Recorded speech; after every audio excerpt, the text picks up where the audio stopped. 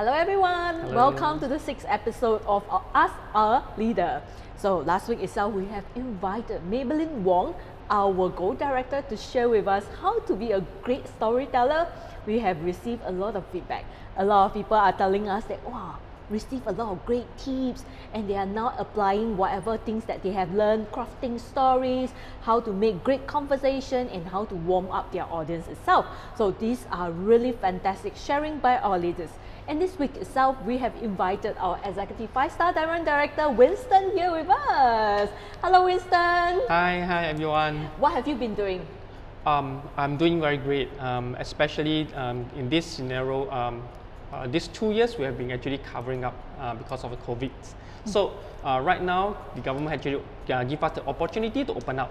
So we have many new people actually come in, but they have not equipped the skills of doing face-to-face kind of conversations. So this is the best time to actually to share with everyone. Exactly. I think this is the right time, and we realized that over 2 years, because we have not been meeting one another, a lot of people are getting rusty a little bit, which leads to our topic for today, which is how to be a great B-roll. So Winston, I know I think the audience must be scratching their head today. They are asking, today I'm coming here to learn ABC alphabet, like children, but no, it is not that ABC that you know when you are in kindergarten. Today we are going to learn about ABC indirect selling. So Winston, can you kind of like in short summarize what is ABC and why is it important?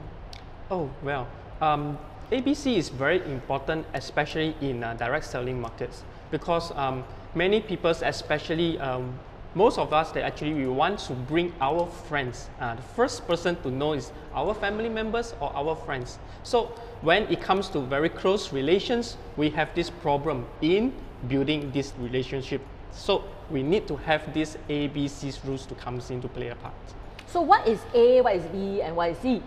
Okay, A is for advisor. It could be our immediate upline, or it could be somebody which is very influenced, or it could be the company having events or something. And B role is ourselves, the bridge, which means we actually bring our friends to communicate and to connect with our uplines, and C, of course, is the customer or our clients. Oh wow, actually A are even bigger. Like our events, our celebrating event, convention, our trips, incentive trips, all these are A. So A can be a person or it can be a non-person, non-being itself. So it is the energy that is being created that influence people. Another great example of A is also like social media or our sales tool itself.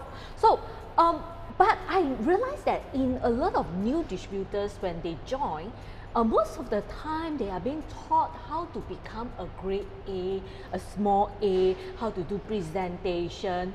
Why is that so? Because when you are new to this market, a lot of us we so-called is an empty glass. So we need to equip ourselves. So our immediate upline or whatever we call is maybe our teacher, they will firstly teach us how to actually build all this, to equip us using maybe do a lot of classes, sharing trainings, and to try to equip us to become a better person, so that we are able to actually share with our new so-called new prospect. So this is where we always say we need to equip you to be a big A, but from there, in fact, B is a more important role. Why is B more important? Okay, B is very important because B could be from A to be a B. Let me elaborate. Okay, if let's say we are being trained up to be an A role, we know how to prospect our people, but at the same time, when we meet our own friends or relative, or somebody which we want to bring them into my network, especially like I can share with you, like if there was once when I bring my sister over here. 4 years ago, actually, I tried to share with them, but it's kind of like not easy because they really know me very well through 30 over years. So from there they know that you are not there. This is not your since young kind of training. So then it's very difficult for me to actually bring them to share. that is where I have to be a B role. So even if I am a trainer here, sharing, teaching my downlines, but when I encounter such a problems, I have to change myself to be a B role. Yes, agree. I think that is a very, very good example. I think in a lot of new distributors, when they were to join, they actually do not equip themselves with a lot of experience as yet. So right at the beginning, sometimes they have to leverage on their upline, on their sponsor, or someone of a higher position, or someone with a greater reputation that actually matches with their audience itself. So there are a few scenarios. For example, the first one, like what Winston said, it is because of the relationship that you have with the person. You are too close and it is difficult for you to explain to the person. Secondly, I think it's because you are too new in this organization, and there are a lot of things that you are not familiar with, and it serves as a great learning ground for each and every one of you. Thirdly, I think it is really because of the need to leverage on another person. For example, you realize that this person has a great influencing factors because they share the same background. And by linking them together, it will really help to influence the person's decision. I think these are many scenarios on why having that B is very, very important. So aside from yourself, being a new person, have to equip your knowledge in being an A, the most important thing is that you set out to start doing all the B roles. And for our new builders to go out and start doing a B role, can you first tell us what exactly does a B do in a meetup situation? Oh well, B roles actually we have many situations. We have different type of Bs. That's why under one of the trainings there is called rule ABC. So we have to inform, to tell people that what are the Bs that we're supposed to be avoid. Typically we have like for instance, I do have when I in fact I have a B actually bring over her clients, her friends to do the meetup. And the worst thing is that while this we have actually the setup was in a dinner. So then while I was prospecting, trying to share with the friends, the B roles is doing start eating, and he's just concentrating eating. Yeah, and then just forgot about what he's doing. And the worst thing is that while we are talking, sometimes he like to speed up his own opinion. He like to interrupt and thinks that he is more smarter than the what he invited the A roles. So this, it will give you a very kind of situation where as an A, it's not very easy to actually go on, because we must always know that B is the most important role, because the clients, the friends is what he brings. And if you as a B roles, you want to close the whole deal, you're supposed to perform in such a sense that when you meet up, you must know very well about your friends. You must know what is your leaders is doing, and when there is sometimes there is a gap in between, you must know how to close them together. So this will be a very good loop of conversations. Yes, exactly. So being a B means that you have to support the A that is there and to be the voice of the C. So there are a lot of things that you need to do and prepare in order to make sure that these meetup become a very pleasant, a great experience for your customer itself, and of course a learning ground for you. So just now you highlight some common mistake that a B role will make. Is there any other that you in your journey in USANA witness and shouldn't be made? Yes. In fact, there was a few occasions. Once, I would say it was mine when I was a B role. I bring my prospect to see my A, and then because I'm rushing out of time, so I need to fetch my children. So I was like in the midst saying sorry that I have to leave, to go do something. Oh. So from there, I learned a mistake that it shouldn't be in this way, because we're supposed to, as a B, we're supposed to stay throughout the whole conversations, and in order to get the things pass through. Number one mistake, leave even earlier than the A and the C, leaving everybody very awkward. All right, and what other common mistake?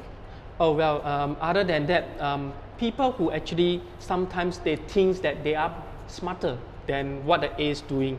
and they like to interrupt. Like the worst thing is they like to bring the whole story beyond what their intention is. Meaning to say, if let's say today we're supposed to come here to do a health talk, to share, to health sharing, but instead of that, they are talking about going to tour, going to somewhere else, and then deviate the whole thing. And then if the A role is not very strong, he's not able to bring back the whole things again, so it will make the conversation into perhaps dredging, and then takes many hours to go through, and then sometimes it doesn't really close it.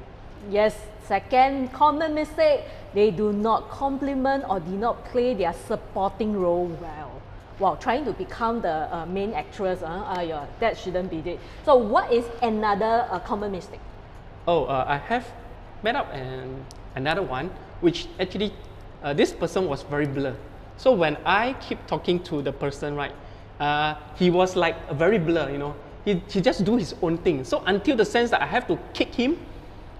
You kick him? Yes, I'm trying to go under, yeah, because I'm trying to hint him using my sound, you know, using my own impressions. Eye power, you use the eye power. Wow. And then it's really gotta be like the C, right? yeah, he's going to see, and then I'm going to try to kick him, and because his distance was a bit far. So the worst thing is that I have met one which I kick, and he said, "Why do you want to kick me?" Oh, it makes me very awkward. Yes.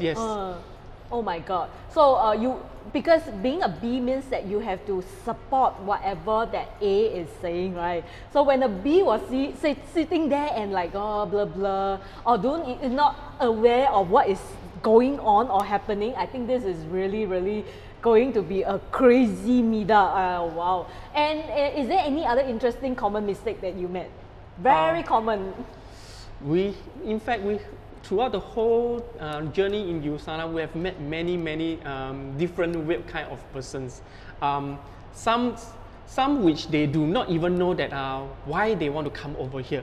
They just bring really? friends. Yes, I did. In fact, there was once during my initial stage, the first year, I have one downline, which that time the office was still there. He just bring one person, stranger from the street, and then come out and tells me, "This is the prospect I bring over, please share with them." So it was like, wow, what am I supposed to do with this person? So it's a very awkward kind of a conversations. And of course, we always know the answers we meet up, if it's very obvious, not very present.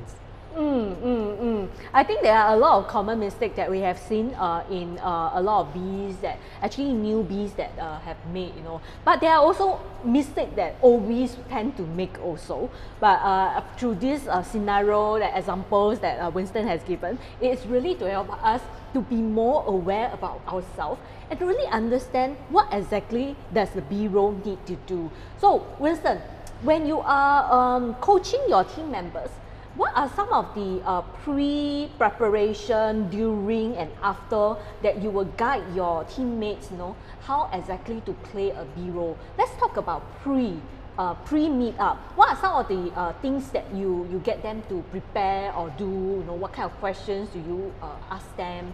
How do you get them started? Oh well, normally we actually it's included in our training.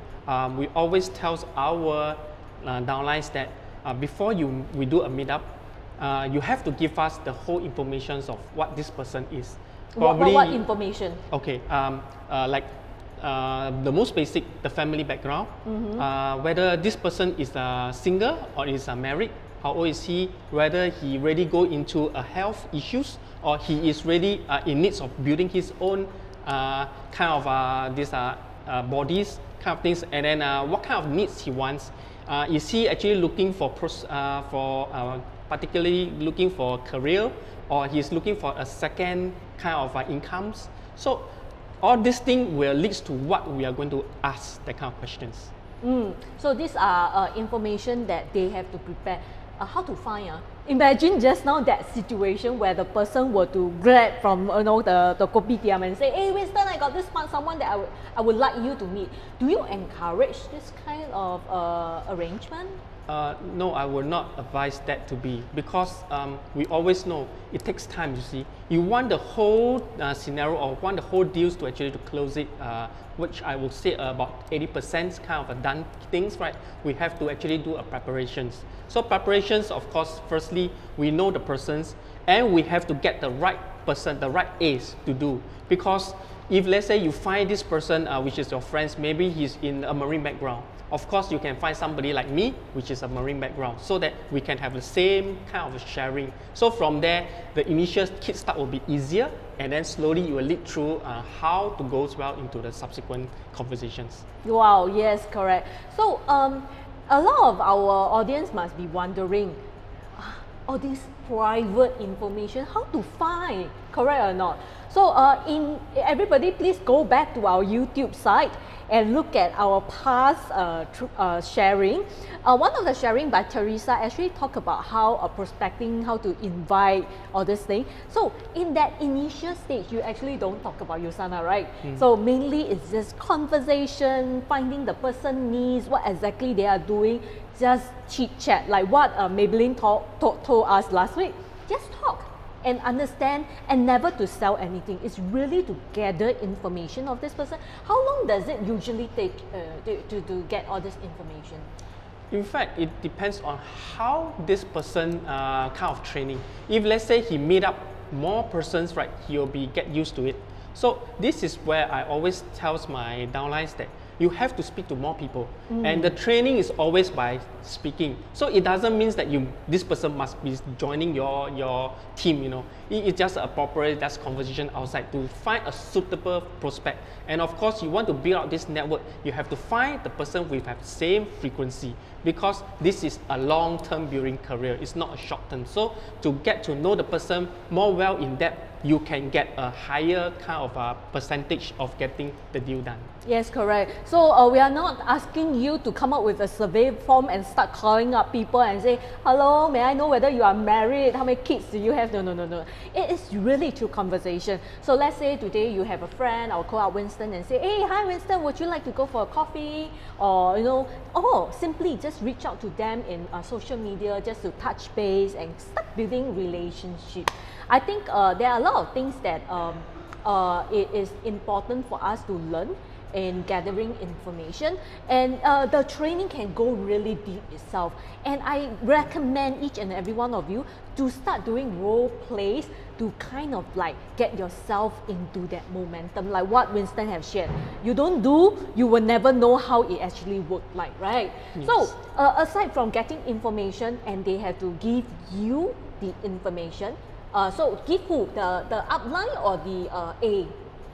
It's the A, the person who actually wants this to bring up this C to actually to meet up with, because you need to let the A's to know what the person's requirement, so that the A will know. A very important thing is this: A will know what is he going to ask the next thing. Because if you doesn't know about anything, how you expect a person to ask? You'll be like a very plain conversations. So we want to have the whole things go up high and low, right? We have to have something which is very interesting to share. So from there you can get something and then you share with them, and it will trigger the interest. So this is most important, because once the C is there, then this C will be feeling itself more so-called relaxed. Then he will start to talk more about it, and then we'll start to release more of his informations or her informations, because sometimes people have some privacies. So, correct. But if let's say we meet up a person which they need to have try to get a second incomes, they might from there start to tell you, oh yeah, because now we have to be forced to go back to office. So some of them might find that 2 years already I have been staying at home. So I'm trying to get something which more relaxed kind of scenario. So they will from there start to share with you. Yeah. Correct. So aside from giving you information, they also need to amplify you to the customers? Yes. When do they do that? Usually they do that is prior to become before a meetup, they will try to the B, as a B you try to tee up the A's, because in order to let the C to actually to really sit down and listen, we must let the C to know what this person is good at. Because you can meet up somebody which are perhaps your friends or a client which is maybe a very high ranked person. It could be a general manager, it could be a boss. So bosses will always say, I don't have so much time. But in fact, it is not because they don't have so much time. It is, well, maybe this is not what he's interested about. But if let's say he's interested about something, right, he will have more time. So this is how important a B role must know how to tee up and then to share with all these informations to the C, his friend or his client, so that he will make the whole conversation to be more interesting. Wow. So let's say I'm the B role. When I need to go and meet my client, do I ask the information from you, like, hey Winston, I'm going to meet my client, and how do I introduce you to my client? Do I ask directly, or I just think it out on my own? Usually it will be good to get to know, to ask the A role what is those most basic thing, because in order to share, while through the conversations, sometimes it might be the C who actually asks something which you might just, like what you say, you create something out. So the A doesn't even know. So he might speak and then make the thing very awkward. Yes. I think it is very, very true. I think what is very important is that when I meet my client and I want to amplify Winston, the most important thing is that I amplify the thing that matters to the client. So by asking a lot of questions and understanding what their background is, what is their needs, and when I talk to Winston, I will ask Winston a few questions like, hey, this client actually comes from a logistic background, and you are in a marine background, So then I can upsell to him, Winston, he used to be in a marine industry and he decided to join USANA because of So it has more relevance to them, right? Yes. So I think these are some of the roles that a B has to do in order to bridge. So that's the reason why that name is called B, bridging. Yes. Bridging is very important. So what are the things that the B role has to prepare behind role to that meeting with everybody?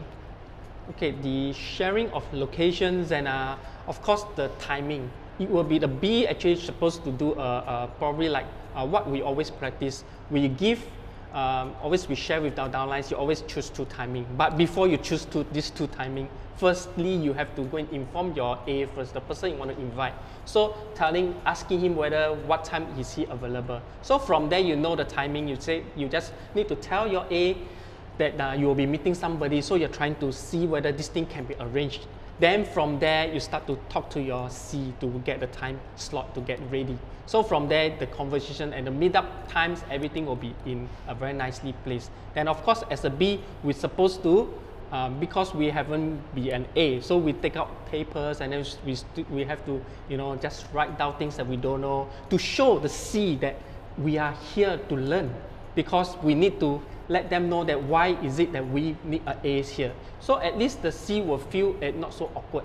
And then at the same time, from there we have to have some knowledge about of course what we are trying to prospect. It's not that bring it up and then just sit there and you're not saying much thing. It's supposed to be there to try to support. If let's say something which maybe the C role, they have something to ask but they forgot. Because through a conversation, sometimes a C might forgot.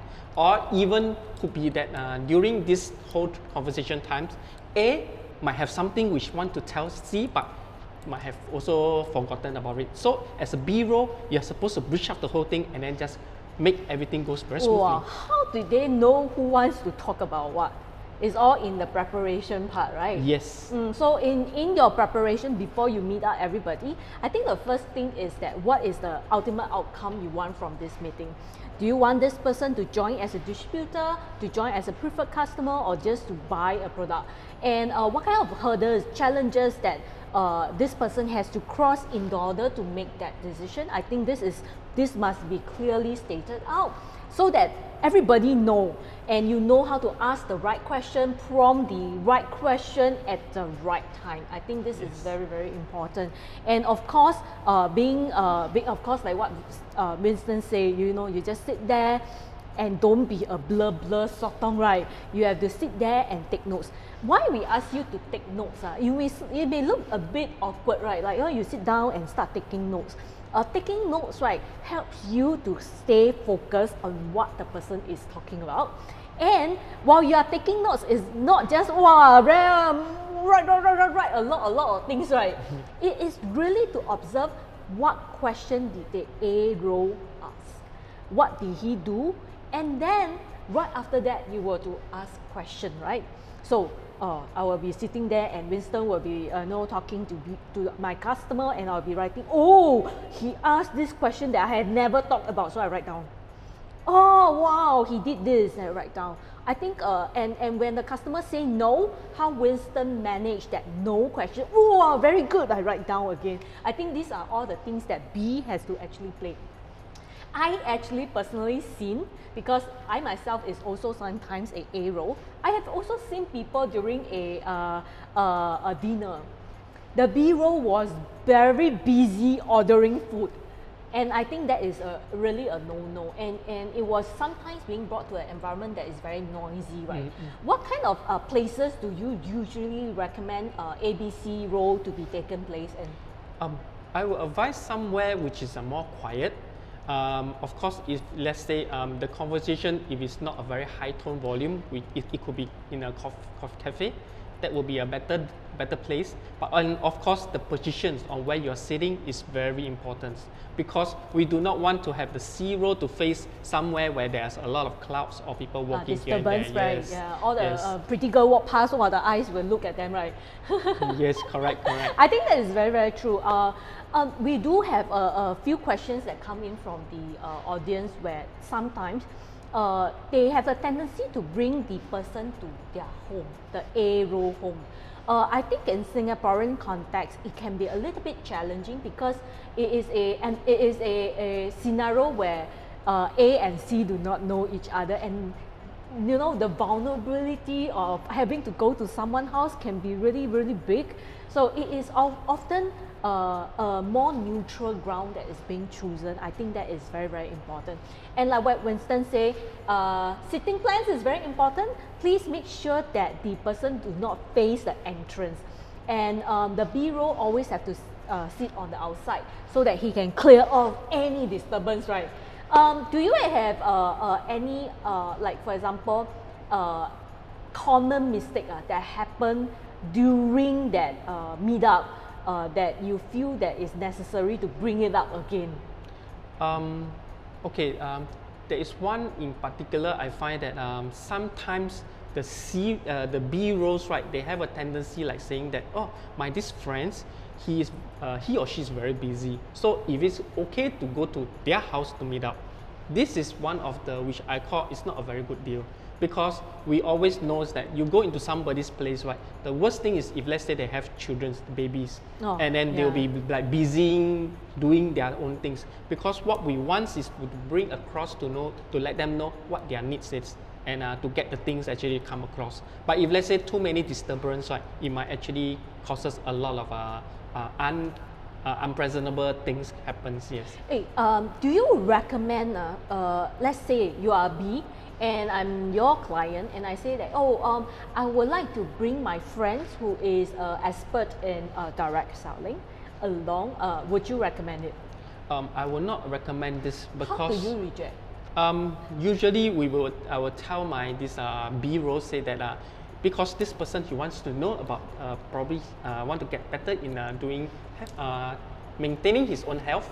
So it's like a health sharing kind of thing. So we will not want to have a third party, because through these conversations, so that he or she will really sit down and listen, rather than sitting down, listen to two persons, because you are here to know whether this thing is supposed to get across, but not getting another opinion. Because we always have to tell the Bs is that you are getting someone which is more professional in this training to actually share the whole things. But if you let them get another friends, we always know friends are usually know nothings about things, and they will always challenge things because they doesn't know. Because it doesn't impact them, they dare to ask questions. True.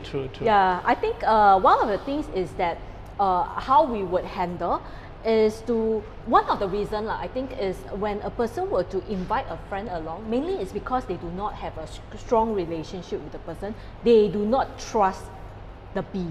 So I think continue to build that relationship first before you invite the person to an ABC setting is very, very important. So not everybody, you go to the street and just drag someone up. It is going to be a closed deal. Oftentimes, in Chinese we call it 天时地利人和, right? It's always True. about the right time, the right environment, and the right person. So having that will really help you to close the deal itself. So now we talk about pre-preparation during. What is do B-roll have to play after meetup roles? What do they do?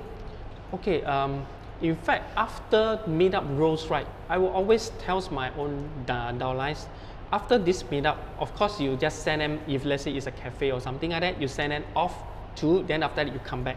We always have to do a after meetup meeting to point out what is the mistake throughout the whole durations, what you're supposed to do, what you're not supposed to do, and where are the mistakes that actually occurs, and then whether these persons, they are in need of, whether is it that you get the right things, you get the ask the right questions, so that why this thing actually get into this, whether is it a deal. If let's say it's a deal, we will share about how this thing done and how good did you do. But if let's say it's a deal off, we also have to say that during these conversations, where are the things that actually happens and then make this thing to actually does not works out. How to better improve on all this thing, and most importantly is follow-up action. I think a lot of us forgotten that it is only through follow-up that we really close most of the deals itself. Like Li Xiaomei, she actually has so many strong teammates within her organization. It's all through follow-ups. I think these skills need to be taught to a lot more people as we move along. So after meeting is very, very important. So don't just send your client home and you yourself take another Grab and just move on, right? True. So what are, aside from all these things, this completes almost we cover the general roles of what B need to do, right? Is there any tips on how you can be a great B role? I would say that practicing throughout, continuous actually practicing and getting more people to come, because if once you are practicing with people conversations, right, firstly you will find that you are not in the positions that you feel scared. A lot of people, they are very frightening when they talk about getting someone's, and the worst thing is that asking people for a phone call, they try to call somebody which they don't know, so it's like to ring, close up. It's like first time initially when I was there, I do the same thing. Quickly get over. But I've forgotten about whole issues. What am I supposed to do here? If I'm supposed to just have a 2 ring and just close it, I'm just a telemarketer. And I just get a basic salary kind of thing. But this is a long build up. I am supposed to get the whole conversations and to close the whole deal. And it is about something different from what this is supposed to be. So as a B role, right, firstly, we have to do through a lot of trainings, and then from there you bring up people and talk to people. Also have to tell yourselves that people that does not work well now doesn't mean he will never be into your teams later. Because I always share with my people that the initial close case is about 50 to 50%. So if let's say this 50% of people, they works with it, right, they will take the supplements and they will continue perhaps to become a distributor in the future times. But people who don't work it now, it doesn't mean it's not going to be with you, because this is another 50% of people. And this 50% of people, it could be another half a year or 1-2 years later, they might have some issue themselves, or they might have some issue with families or all this. Or well, they might face some difficulty and thinking of want to have a second incomes. And from there, they look at you, they look at your network, look at your Facebook, they see that you are getting better and better, they will come back again. So this is about continuous to, like what you said just now, you have to continuous to follow up to the person. Yes, handling that emotions and seeing beyond that rejection, I think it is very, very crucial and important. In your years with USANA, what are some of the soft skills that you pick up in order to become a great B? By making a lot of mistakes, in fact. But of course, from our experience, right now I train my people not to make the same mistake as I am, to avoid those I have been doing. That is why leaders always, what we always say, they go through a lot of rocky roads. But we try to teach our downlines about how you face and whether if you meet this type of situations, what you're supposed to do. You're supposed to call us, or you're supposed to get something to actually to cope with it, to go along, and never to be like too garang. You think that you can. If you meet something which you meet the rock, you quickly, you might spend some time or give excuses to go to the toilet and quickly call and get something from, if let's say your A roles can't do anything or yourself do a meetup. Yes. Yes, I think in my years, right, I think one of the soft skills that I often guide my team on is really on observation skills and listening skills. I think these two are very, very important for me, because aside from just sitting there, you really need to know how to listen for the right thing and write it down. Not talk. A lot of people, they talk a lot, talk so much, but they forgot to ask and listen. End up, people are not really interested and they lose the people, didn't get to build the trust. I think observation is another thing that is very, very important, because a lot of people, their face tell everything, Their face will no, I don't like it. But when you sense that that color of the face suddenly turn, you need to quickly react to certain things. I think being observation or being aware of what is happening around you, that skill set is very, very important. And like what Winston said, all these things you cannot learn through theory, cannot learn through textbook. There is no step-by-step guide. It is all through execution. So whenever you meet up with somebody at ABC role, remember to take notes of all these tiny little bit of things that you don't know will actually impact a lot of people.